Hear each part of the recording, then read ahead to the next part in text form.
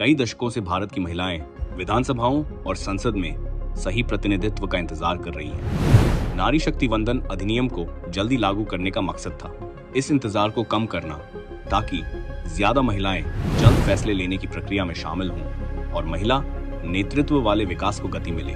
लेकिन जब इस बदलाव को आगे बढ़ाने का मौका आया, विपक्ष ने इसे रोक दिया और ऐसा करके उस प्रगति को टाल दिया जो दुनिया के कई देश पहले ही दिखा चुके हैं। क्योंकि ज्यादा प्रतिनिधित्व सिर्फ संख्या नहीं बदलता, बल्कि शासन करने का तरीका भी बदल देता है। भारत ने पहले ही देखा है कि जब महिलाओं को मौका मिलता है तो क्या बदलाव आता है।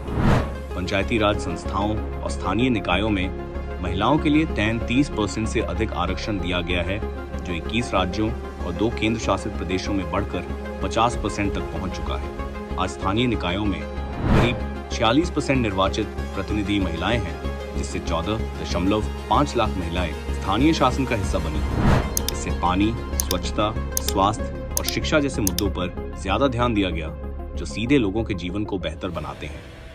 ये सिर्फ आंकड़े नहीं, बल्कि असली बदलाव है। अगर यही बढ़ोतरी संसद और विधानसभाओं में होती तो इसका असर और भी बड़ा होता।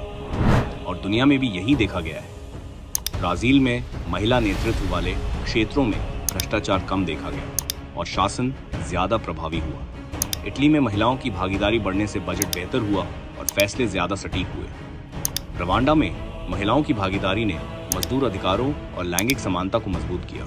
कई अफ्रीकी देशों में महिलाओं की भागीदारी बढ़ने से लोगों तक बुनियादी सुविधाएं बेहतर पहुंची। ये साफ दिखाता है कि जब महिलाएं फैसलों में शामिल होती हैं तो शासन ज्यादा संवेदनशील होता है, कल्याण बेहतर होता है और संस्थाएं ज्यादा जवाबदेह बनती हैं। भारत इस दिशा में अगला कदम उठाने के लिए तैयार था, लेकिन कांग्रेस और विपक्ष ने इस बदलाव को रोक दिया।